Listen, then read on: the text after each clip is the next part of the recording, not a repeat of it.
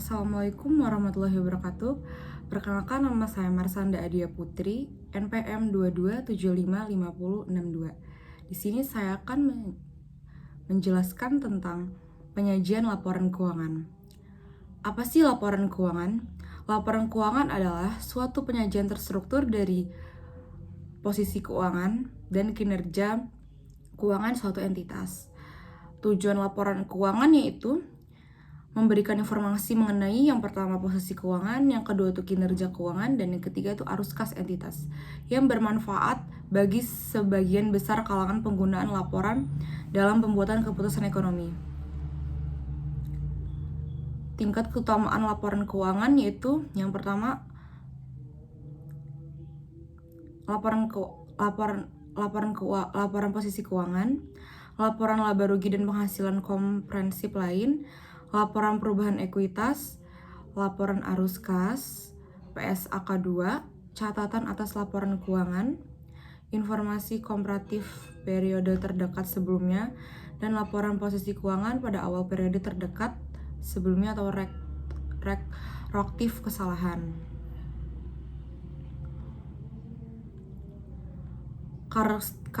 Karakteristik umum laporan keuangan yaitu penyajian secara wajar dan kepatuhan terhadap SAK atau standar akuntansi keuangan. Yang pertama yaitu ada entitas yang LK telah patuh pada SAK membuat pernyataan eksplisit kepatuhan pada SAK. Dan yang kedua, entitas tidak dapat memperbaiki kebijakan akuntansi yang tidak tepat baik dalam pengungkapan atau materi penjelasan. Dan yang ketiga, dalam keadaan yang sangat jarang, ketika manajemen menyimpulkan bahwa kepatuhan terhadap PSAK akan memberikan pemahaman yang salah, entitas memberikan pengungkapan. Dalam menyusun LK, manajemen membuat penilaian terhadap kemampuan entitas dalam mempertahankan kelangsungan usaha. Entitas menyusun LK atas dasar akrual kecuali laporan arus kas. Entitas menyajikan secara terpisah setiap kelas pos serupa yang material dan menyajikan secara terpisah pos yang memiliki sifat dan fungsi yang tidak serupa kecuali tidak material. Selanjutnya, saling menghapus atau aset dan liabilitas beban pendapatan tidak dilakukan kecuali diizinkan oleh PSAK. Frekuensi pelaporan setidaknya secara tahunan. Jika periode lebih panjang atau lebih pendek dari suatu tahun harus diberikan pengungkapan. Dan yang terakhir, penyajian dan klasifikasi. Dalam penyajian dan klasifikasi harus konsisten kecuali terjadi perubahan operasi entitas atau perubahan tersebut disyaratkan oleh suatu PSAK.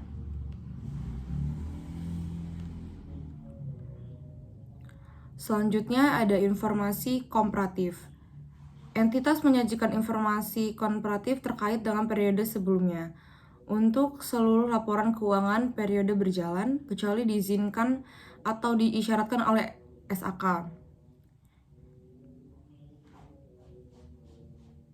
Informasi komparatif yang bersifat naratif dan deskriptif dari laporan keuangan periode sebelumnya diungkapkan jika relevan. Dan entitas menyajikan minimal 2 laporan posisi keuangan, 2 laporan laba rugi, dan penghasilan komprehensif lain,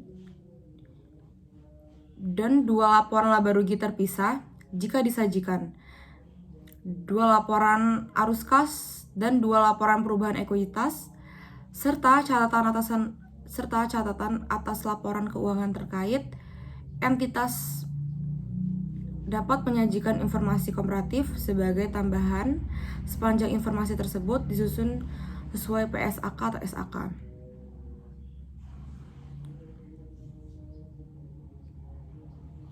Informasi komparatif terdiri 1 atau lebih LK namun tidak lengkap. Dan yang kedua, entitas tidak disyaratkan untuk menyajikan seluruh LK sebagai komparatif tambahan. Dan yang ketiga, entitas disyaratkan menyajikan dalam catatan atas laporan keuangan informasi komparatif yang terkait dengan laporan tambahan. Perubahan kebijakan akuntansi penyajian kembali retrospektif atau reklasifikasi.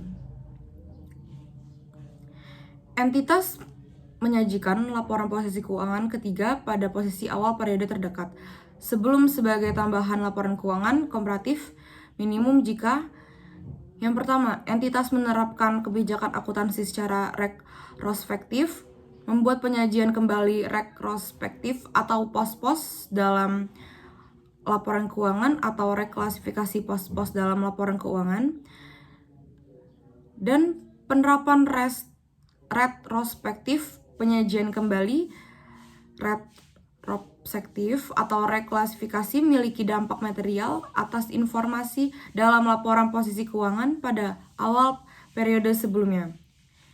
Entitas menyajikan 3 laporan posisi keuangan, yaitu yang pada akhir periode berjalan, akhir periode sebelumnya, dan awal periode.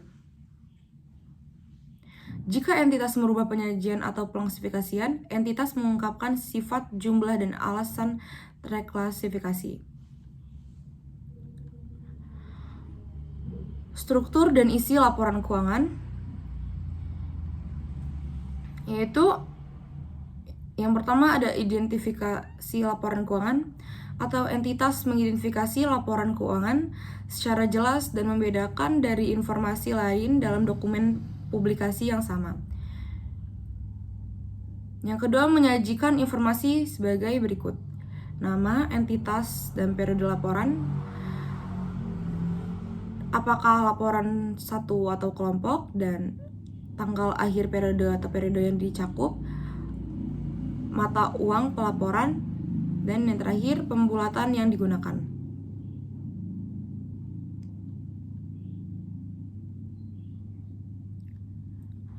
Laporan posisi keuangan, yaitu yang pertama, informasi minimal yang disajikan dalam laporan keuangan dapat ditambahkan jika penambahan tersebut relevan. Dan yang kedua, penyajian dalam line sendiri atau dalam notes tergantung dari materialitas informasi tersebut. Dan yang ketiga, pos tambahan, judul, subtotal boleh disajikan sepanjang relevan. Dan yang keempat, penyajian aset lancar dan tidak lancar dan liabilitas jangka pendek dan jangka panjang sebagai klasifikasi yang terpisah, kecuali penyajian berdasarkan likuiditas memberikan informasi yang lebih relevan dan dapat diandalkan, maka digunakan untuk likuiditas. Dan yang terakhir, pembedaan lancar dan tidak lancar berdasarkan realisasi atau penggunaan aset, penyelesaian kewajiban atau liabilitas dalam jangka waktu 1 tahun.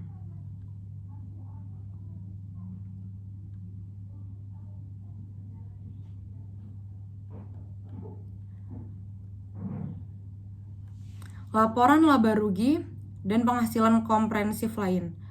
Penghasilan komprehensif adalah perubahan aset atau liabilitas ekuitas yang bukan berasal dari transaksi dengan pemilik. Penghasilan komprehensif terdiri dari laba rugi tahunan, berjalan, dan penghasilan komprehensif. Dan yang ketiga, laporan laba rugi komprehensif dapat disajikan dengan 2 cara, yaitu satu laporan atau bagian pertama laporan laba rugi dan dilanjutkan bagian kedua penghasilan komprehensif lain.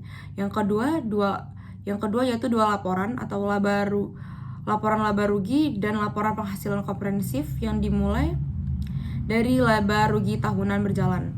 Selanjutnya yaitu adalah laba periode berjalan dan laba komprehensif dialokasikan untuk pemegang saham, pengendali, dan non-pengendali. Selanjutnya itu ada klasifikasi beban berdasarkan fungsi dan sifat. Jika disajikan berdasarkan fungsi diharuskan pengungkapan berdasarkan sifat. Selanjutnya itu ada penyajian atau pos luar biasa atau extraordinary item tidak diperkenankan lagi. Dan yang terakhir, minimum line item untuk komponen laporan laba rugi komprehensif untuk memberikan informasi kepada pengguna atau pendapatan, beban keuangan, dan pajak.